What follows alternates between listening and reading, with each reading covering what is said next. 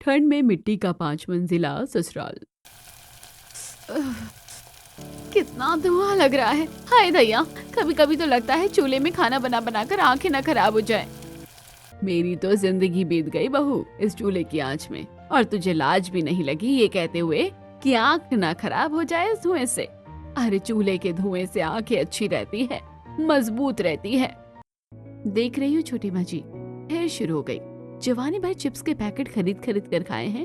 बुढ़ापे में ये दिन आ गए हैं कि बच्चों के डायपर के लिए भी हमें पैसे उधार लेने पड़ रहे हैं, और ऊपर से माँ जी डायलॉग चिपका रही हैं। जाने दो ना दीदी, हम काम करते हैं वरना सासू माँ बवाल करेगी। दीदी देखो ना, चिंटू और पिंकी सुबह सुबह नहाकर स्कूल जाने में कितना नौटंकी करते हैं। मैं थक गई हूँ इन दोनों बच्चों से। रोज सुबह का एक ही नखरा है, स्कूल नहीं जाना, नहा कर नहीं जाना। माँ देखो ना बाहर कितनी ठंडी है, इतनी ठंडी में हम कैसे ठंडे ठंडे पानी से नहा कर जाएंगे, आप ही बताओ। वही तो माँ, बाहर की ठंडी से तो हमारी हालत खराब हो जाती है, और तो स्कूल तक जाने में बर्फ बन जाते हैं। ये बच्चों के बहाने पिछले एक हफ्ते से, इसी वजह से मैं रोज इन्हें पानी गर्म करके दे रही हूँ। ऊपर से इस चक्कर में लकड़ियाँ भी खत्म होती जा रही हैं। पहले खाना, फिर आग सेकना, और अब पानी। राधा जल्दी से बच्चों को पानी गर्म करके देती है। वहीं पानी गर्म करने के चक्कर में राधा को खाना बनाने में देरी हो जाती है। घर में एक दिन गोबर से लिपाई न करो तो घर कितना बुरा दिखने लगता है। बहू, कच्चे घरों में तो गोबर की ही लिपाई होती है, पक्के घर थोड़े ना है कि 2 हाथ मारकर झाड़ू पोछा कर दिया।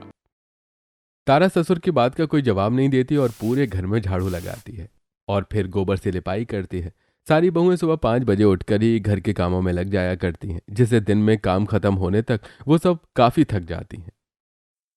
बाहर इतनी तेज हवा चलती है कि मेरा सारा दिन इस झोपड़ी की घास साफ करने में चला जाता है, और इस एक कमरे के मकान में रहने के कारण कितना कंजस्टेड होता है। इतना रोक कर क्या ही फायदा। हम अंबानी के खानदान के तो है नहीं कि अभी हम 5 बहुओं का 5 मंजिला मकान तैयार हो जाएगा। बहुएं काम करते हुए इस तरह अपना दुख जता रही होती हैं कि तभी पड़ोसन चंचल वहां आती है। अरे ओ गीता, चिंटू पिंकी स्कूल गए हैं या नहीं? गए हैं दीदी, कोई काम था? नहीं नहीं, मैं तो बस पूछ रही थी। मेरी रिंकी गई नहीं है अभी, बस इसलिए पूछा। अच्छा। जिसके बाद बहुएं आपस में फिर से अपना दुख जता रही थी। वहीं चंचल पास ही खड़ी सब सुन रही थी। हमारे घरों में तो एक आदमी कमाने वाला है और तुम्हारे घर में 5-5, फिर भी जब देखो तब मुंह बना रहता है। क्यों ना परेशान हो चंचल दीदी, देख रही हो छोटी सी झोपड़ी, और ऊपर से सारा दिन झोपड़ी की घास गिरती ही रहती है। आपका तो 2 मंजिला मकान है, सारी सुख सुविधा है, कैसी चिंता। 2 मंजिला मकान को संभालने में भी कितनी परेशानी होती है, पता भी है। अरे दिन में 2-4 घंटे में झाड़ू पोछा करना पड़ता है। इस गांव में इतनी धूल मिट्टी है कि घर में बिल्कुल गंदगी होती रहती है। और तुम तो एक कमरे में परेशान हो गई। हमारे जैसा होता ना तो न जाने क्या होता। और फिर चंचल रौब दिखाकर वहां से चली जाती है। इस अमीर जादी के मुंह ही नहीं लगना था, जब देखो तब अमीरी का रौब झाड़ती है। छोड़ो ना दीदी, अब क्या ही कह सकते हैं, गरीबी भी इम्तिहान लेती है। आज हमारे बुरे दिन हैं, क्या पता कभी तो अच्छे दिन आएंगे। अरे ओ पापा की परियो, ख्वाबों से निकल गई हो तो आओ, मेरे हाथ पैर में जरा सा तेल मालिश कर दो। बड़ी जोर की ठंडी लग रही है, थोड़ी गर्माहट मिल जाएगी। एक तो घर के 70 काम, ऊपर से ठंडी और छोटी झोपड़ी। बहुएं परेशान थीं और उनके नखरे वाली सास सोने पर सुहागा। 5 बहुओं के नाक में दम किए रहती थी। ऐसे ही दिन बीत रहे थे। अजी पैसे मिलने वाले थे ना, क्या हुआ? देखो तो रोज झोपड़ी की दीवारों से मिट्टी और छत से घास गिरती है। आखिर हम कब तक ठंड में ऐसे रहेंगे? ठंड बढ़ती जा रही है, ओढ़ने बिछाने के लिए भी ढंग के बिस्तर नहीं है, पूरी रात ठिठुर कर गुजारनी पड़ती है। अरे मैं क्या करूं, हम 5 भाई जितना कमाते हैं माँ पापा की दवाई, बच्चों की पढ़ाई और घर के राशन में खर्च हो जाता है। जो पैसे बचते हैं वो तुम 5 और कीर्ति के थोड़े बहुत खर्चे में चले जाते हैं। हम कोशिश कर रहे हैं, अगर कोई अच्छी नौकरी मिल जाए तो अब सब ठीक हो जाएगा। मेरे सेठ से मैंने पगार बढ़ाने के लिए कहा है भाभी। अगर हम 5 की इनकम में तरक्की आ गई तो कुछ नहीं तो बस झोपड़ी की जगह एक कमरे का पक्का मकान तो बनवा ही देंगे। अच्छा हमें खाना दो, हम खाकर काम पर जाते हैं, बहुत देर हो रही है। अगर देर से पहुंचे तो सेठ गुस्सा करेगा। सरता 5 भाइयों को खाना देती है और 5 खाकर काम के लिए निकल जाते हैं और बहुएं फिर से घर के कामों में लग जाती हैं। राशन भी खत्म हो रहा है, अभी महीना खत्म होने में 10 दिन है। फिर तो सबको फीकी दाल और रोटी ही खानी पड़ेगी अब। जिसके बाद बहुएं राशन को 10 दिन और चलाने के लिए सबको दाल रोटी ही खिलाती, वो भी एकदम फीकी पानी वाली दाल जो घर में किसी को पसंद नहीं आती, लेकिन मुंह बनाकर खाना पड़ता था। इस चूल्हे का धुआं मेरी आंखों को नोच लेगा किसी दिन। अब मैं रसोई बाहर ही लगा दे रही हूँ। चूल्हा जलने के कारण वैसे झोपड़ी जलने का खतरा होता है और धुआं भी बढ़ जाता है झोपड़ी में। हाँ भाभी, ये ठीक रहेगा, चलो मैं आपकी मदद कर देती हूँ। जिसके बाद कीर्ति राधा की मदद करती है और राधा अपनी रसोई एक कमरे की झोपड़ी के बाहर ही लगा देती है। और अब उसे धुआं तो नहीं लगता, लेकिन बाहर की तेज ठंडी हवाओं से उसकी हालत खराब हो जाती है और वो ठिठुर ठिठुर कर खाना बनाती है। ऐसे ही कुछ दिन बीतते हैं। रात भर चूल्हा ठंडी में रहने के कारण नरम हो जाता है और जैसे ही बहू आग जलाती है, चूल्हा नरम गरम होने के कारण बीच में से तड़क कर टूट जाता है। ये लो, गरीबी में आटा कीला। ऐसे ही कम परेशानी थी, अब और एक और आ गई। बिना चूल्हे के खाना कैसे बनेगा? केवल मिट्टी का चूल्हा था, वो तो वैसे भी टूटना था। बहुएं यहाँ मिट्टी के चूल्हे के टूटने से परेशान थी, वहीं एक पड़ोसन उन्हें देखकर मुंह बना रही थी। कभी तो तुम लोग ढंग से हंसती मुस्कुराते दिख जाया करो, जब देखो तब कोई ना कोई परेशानी ही रहती है। मुझे देखो, 4 मंजिले के घर में अकेले रहती हूँ, कितना सारा काम करना पड़ता है, फिर भी परेशान नहीं होती। जिसका पति अफसर हो, घर में 4 नौकर हो, वो भी परेशान होते हैं क्या? तारा की बात सुनकर रोशनी चिढ़कर वहां से चली जाती है। यहाँ सब हमें ताना देने के लिए ही आते हैं। छोड़ो, लोगों की बातों पर ज्यादा ध्यान नहीं देते। अभी तो खाना कैसे बनेगा उसकी चिंता करो। मैं मिट्टी लेके आती हूँ, पहले चूल्हा बनाते हैं। एक काम करते हैं, इस बार मिट्टी में थोड़ा सा भूसा मिलाकर चूल्हे को बनाते हैं। मैंने सुना है कि भूसा और मिट्टी से चूल्हा बहुत लंबा चलता है, जल्दी खराब नहीं होता, उसकी ड्यूरेबिलिटी बहुत ज्यादा होती है। ऐसा है तो यही बना लेते हैं। जिसके बाद राधा मिट्टी में भूसा मिलाकर चूल्हा तैयार करती है, जो कि काफी मजबूत बनकर तैयार होता है और उसी पर सबके लिए खाना बनाती है। मम्मी मम्मी, आपने कितना सुंदर चूल्हा तैयार किया है। आप मेरे लिए भी ऐसा ही चूल्हा बना दो ना, मैं घर घर खेलूंगी उससे। चूल्हे वाली मिट्टी थोड़ी सी बची है, लाओ मैं बना देती हूँ। फिर सरिता पिंकी के लिए बची हुई मिट्टी से खिलौने वाला चूल्हा बनाती है। चाची, मुझे भी इससे कुछ बना कर दे दो।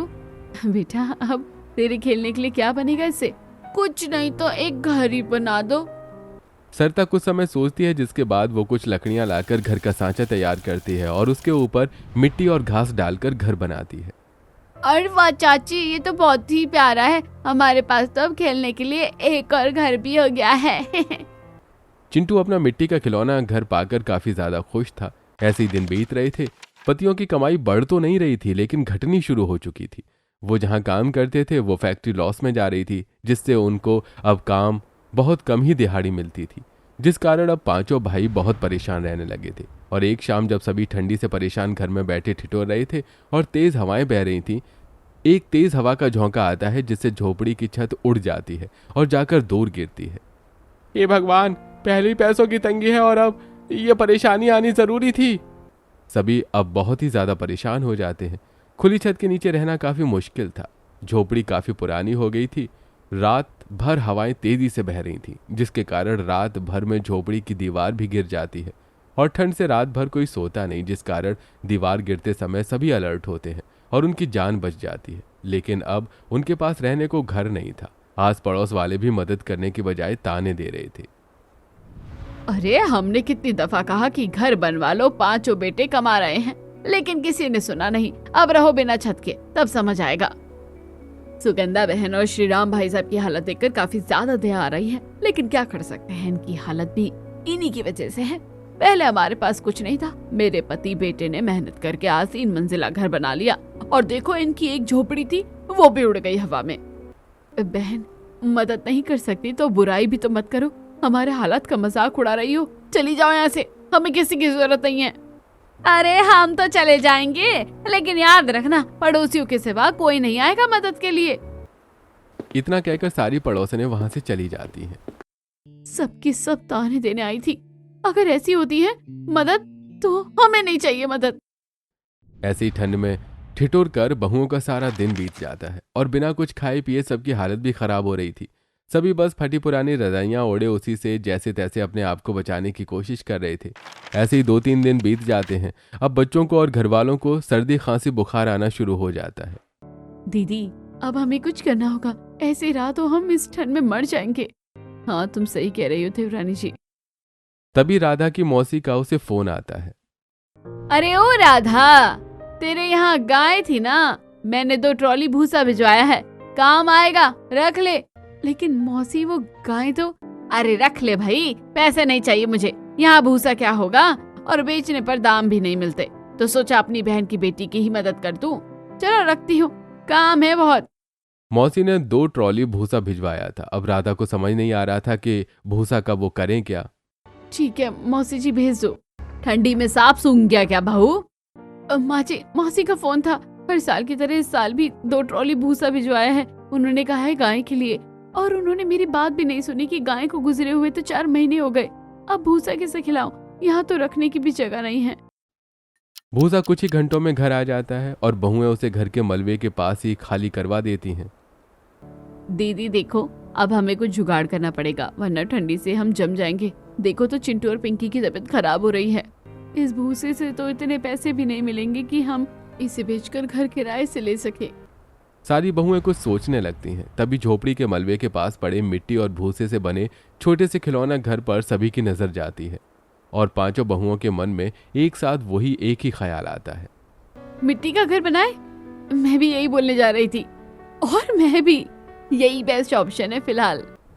जिसके बाद सारी बहुएं मिट्टी का घर बनाने का निश्चय करती हैं। बहुएं खाली मैदान से ढेर सारी सूखी मिट्टी ले आती हैं और उनके पति तालाब से ढेर सारी गीली मिट्टी। जिसके बाद पांचों भाई जंगल जाकर ढेर सारी लकड़ियां बीन कर ले आते हैं और बांस की भी लकड़ियां लेकर आते हैं ताकि मिट्टी के घर का सहारा मिल सके।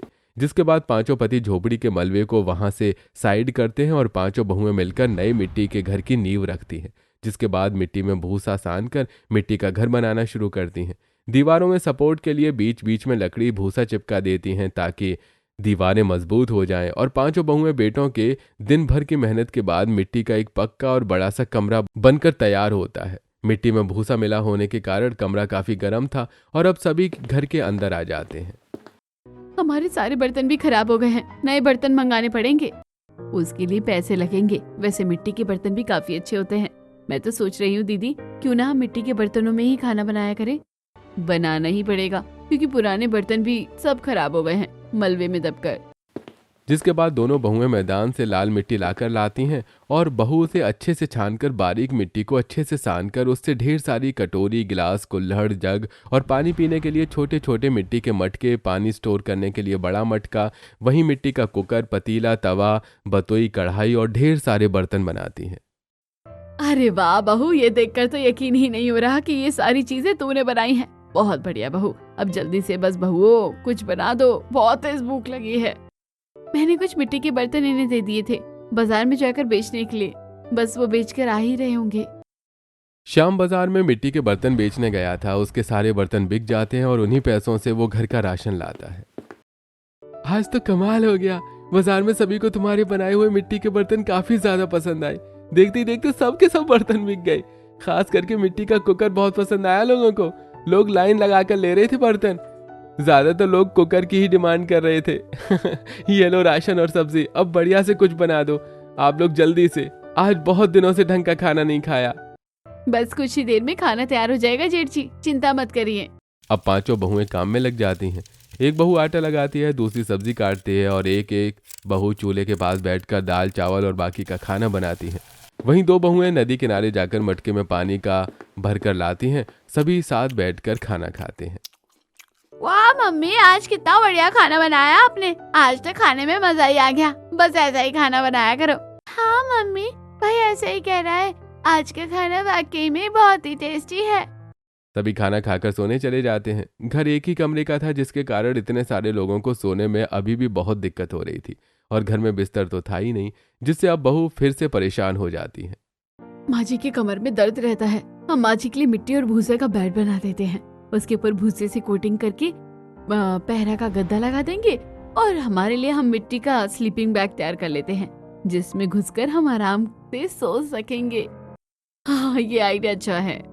जिसके बाद गीता और पांचों बहुएं मिलकर बांस और पैरा से आकार देकर खुद के लिए मिट्टी का स्लीपिंग बैग जैसा तैयार करती हैं ताकि उन्हें ठंडी न लगे, और सास ससुर के लिए भी वो स्लीपिंग बैग तैयार करती हैं। जिसके बाद बड़ी बहू ढेर सारी मिट्टी में ढेर सारा भूसा मिलाकर घर के एक कोने में बेड बनाती है और उसके ऊपर से भूसा चिपका देती है ताकि बेड को मजबूती मिल सके। जिसके बाद वो उसके ऊपर पैरा को गूंथ कर उसका बिस्तर बनाकर लगा देती है।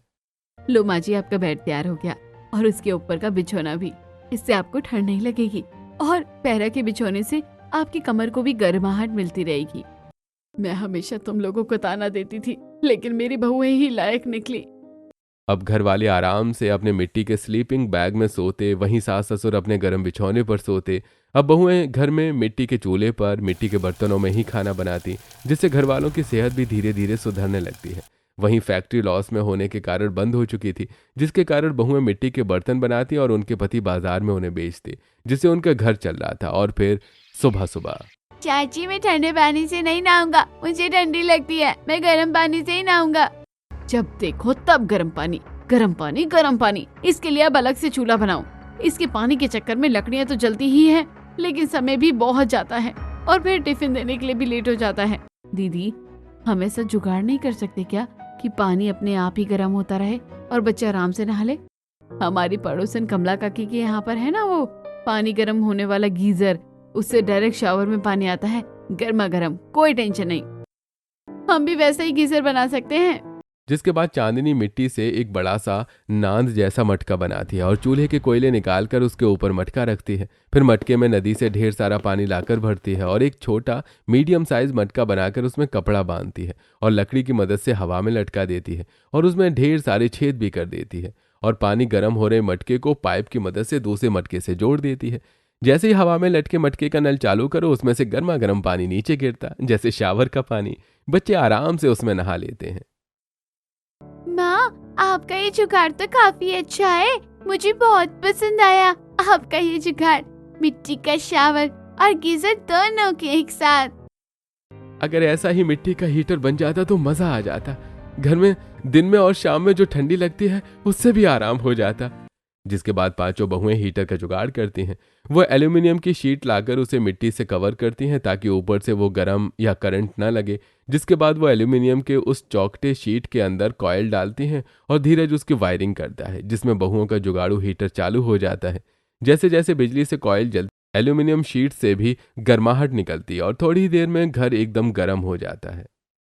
अरे वाह, अब तो आराम हो गया। हीटर की गर्माहट से अलग ही सुकून मिल रहा है। अब रात में भी घर वाले आराम से सोते। पूरा घर बिखरा रहता है, जिसके कारण तारा और चांदनी मिलकर मिट्टी की एक अलमारी बनाती हैं, जिससे वो घर के सारे कपड़े और सामान बटोर कर रख देती हैं। लेकिन इतने बड़े परिवार के लिए एक कमरा बहुत कम पड़ रहा था। हम सब फैमिली है, कल को सरिता, तारा और चांदनी को भी तो बच्चे होंगे, परिवार बढ़ेगा और सास ससुर ननद सब एक कमरे में रहे, ये अच्छा नहीं लगता। मैं सोच रही हूँ कि क्यों ना हम घर को डबल कर लेते हैं। करना है तो ट्रिपल करो, कम से कम थोड़ा स्पेस मिलेगा। घर में रसोई भी है और गुसलखाना भी, सब थोड़े में ही एडजस्ट हो रहा है। मेरे ख्याल से तो हमें 5 मंजिला घर बनाना चाहिए। इस गांव में अब तक लोगों ने 3-4 मंजिला के ही घर बनाए हैं। अगर 5 मंजिल का घर बन गया ना तो गांव वालों की आंखें फटी की फटी रह जाएंगी। और ये जो पड़ोस ने कोई की तरह काव काव करती है ना, इनका भी मुंह बंद हो जाएगा। बच्ची का कमरा कर देंगे, साथ में बच्चे भी नीचे ही रह जाएंगे। ऊपर रसोई बना देंगे ताकि चूल्हे का धुआं चिमनी से निकल जाए। और बीच के फ्लोर में hall, living room, dining room बना देते हैं और रहने के लिए कमरा। हर फ्लोर पर हम टॉयलेट बनाएंगे और नहाने वाला मेन बाथरूम नीचे बनाएंगे ताकि माँ बाबू जी को दिक्कत ना हो ऊपर चढ़ने में। जिसके बाद पांचों बहुएं काम शुरू करती हैं। उनके पति उन्हें मिट्टी, लकड़ी और बांस की लकड़ी लाकर देते हैं और बहुएं अपने दिमाग और मेहनत से 5 मंजिल का मिट्टी का घर बनाकर तैयार करती हैं। उसके ऊपर एक चिमनी बनाती हैं ताकि रसोई के चूल्हे का धुआं चिमनी से बाहर निकल जाए। और हर फ्लोर पर बहुएं खिड़की भी बनाती हैं और हीटर लगाने की जगह अब मिट्टी के घर में हर मंजिलों पर बहुएं दीवार के अंदर ही मिट्टी का हीटर बनाती हैं ताकि पूरा घर गर्म रह सके। वहीं बहुएं लिविंग रूम में मिट्टी का सोफा बनाकर तैयार करती हैं और बीच में एक सेंटर टेबल भी बनाती हैं, जिसके ऊपर मिट्टी के शोपीस बनाकर रखती हैं और सोफे को और सेंटर टेबल पर चावल का आटा घोल कर उस पर कलाकृतियां करती हैं ताकि वो सुंदर लग सके। वहीं सोफे पर बहुएं पैरा गूंथ कर पिलो बनाती हैं, जो देखने में बहुत ही ज्यादा सुंदर लग रहा था। ऐसे ही वो घर में अपने अपने लिए मिट्टी का बेड और अलमारी तैयार करती हैं। डाइनिंग एरिया में मिट्टी और भूसे से मजबूत कुर्सियां और डाइनिंग टेबल बनाती हैं ताकि घर में ठंडी में किसी को ज़मीन पर बैठकर खाना न खाना पड़े। और बहुएं डाइनिंग टेबल पर भी एक हीटर रख देती हैं ताकि खाते समय किसी को ठंड न लगे। अब बहुओं की जिंदगी पहले से बेहतर हो गई थी। उनके पति भी मिट्टी के बर्तन बेचकर उतना तो कमा ले रहे थे जिससे उनके खाने पीने के लिए ठीक ठाक राशन आ जाता था। दीदी, हमारे घर के बाहर अभी बहुत जगह है, क्यों ना हम एक फुलवारी और सब्जी के लिए बगाई बनाए जहाँ खेती कर सके। घर के खाने के लिए सब्जी तो उगा ही सकते हैं ना। हाँ हाँ, ये अच्छा आइडिया है। जिसके बाद पांचों बहुएं अपने घर के आसपास बाउंड्री करती हैं और घर के बाहर बांस का एक गेट लगाती हैं। सारी पड़ोसनें खूब तारीफ करने लगती हैं। जिसके बाद वो बहुओं का 5 मंजिला घर का टूर लेती हैं। हर चीज़ व्यवस्थित, उनका living area, dining area, kitchen, bedroom, बच्चों का कमरा, सास ससुर और नंद का कमरा, सब कुछ देखकर पड़ोसनें हैरान रह जाती हैं। उनका जुगाड़ू गीजर और हीटर देखकर भी वो हैरान थी। इतना फर्नीचर तो हमारे यहाँ भी नहीं है। देखकर यकीन ही नहीं होता है कि ये सब मिट्टी से बना हुआ है। सुनो ना सरिता, मेरे घर का गीजर खराब है। अभी इनकी सैलरी आने में टाइम है। क्या तुम हमारे लिए ऐसा जुगाड़ू गीजर बना दोगी? वो क्या है ना, वो हमारे वाले से भी अच्छा है। इसी तरह अब सारी पड़ोसनें बहुओं से कुछ न कुछ बनवाने की डिमांड करती। कोई टेबल कुर्सी बनवाता तो कोई मिट्टी का सिगड़ी बनवाता। बहुओं ने एक बड़ी सी मिट्टी की सिगड़ी बनवाई थी जिस पर वो शाम को रोटी सेकती और सभी हाथ पैर भी सेक लेते थे। बहन जी, मेरे घर में सिंगड़ी नहीं है, अपनी बहू को कह दो ना, बना देगी। ठीक है, कह दूंगी, मेरी बहुएं अच्छी है, कर देंगी। जिसके बाद सारी पड़ोसनें वहां से चली जाती हैं। अब बहुएं पड़ोसनों को गीजर, हीटर और टेबल कुर्सी बनाकर देती हैं, साथ में सिगड़ी भी बनाकर देती हैं। पड़ोसनें बहुओं की खूब तारीफ करती हैं, बदले में उन्हें अच्छे पैसे भी मिलते हैं। वहीं अब गांव के बाकी लोग जब बहुओं का 5 मंजिल का घर देखते हैं तो काफी हैरान रहते हैं। बहुओं के मिट्टी के घर और घरेलू सामान की चर्चा पूरे गांव में थी। अब बहुओं से पूरे गांव के लोग घरेलू सामान बनवाते और वो सबके लिए घरेलू सामान बनाकर देती। जिसका घर नहीं था, केवल झोपड़ी थी, वो उनकी भी मदद करती। कम पैसों में अच्छा सा मिट्टी का घर बनाकर देती ताकि सभी ठंड से बच सकें और सुरक्षित रह सकें। अब धीरे धीरे ऐसे ही वो ढेर सारे पैसे कमाने लगती हैं। हमें आप लोगों पर गर्व है। हम जो नहीं कर पाए, आप पांचों ने मिलकर वो कर दिखाया। सच में प्राउड मोमेंट है ये। आज अगर हमारी पत्नियां इस घर में न होती तो हम सड़क पर होते शायद। और यही हमारी घर की असली लक्ष्मी है। ऐसे ही अब बहुएं मिट्टी का घर बनाकर और घरेलू जुगाड़ू सामान बनाकर पैसे कमाने लगती हैं और ठंडी में सभी खुशी से अपने 5 मंजिला घर में खुशी खुशी रहने लगते हैं।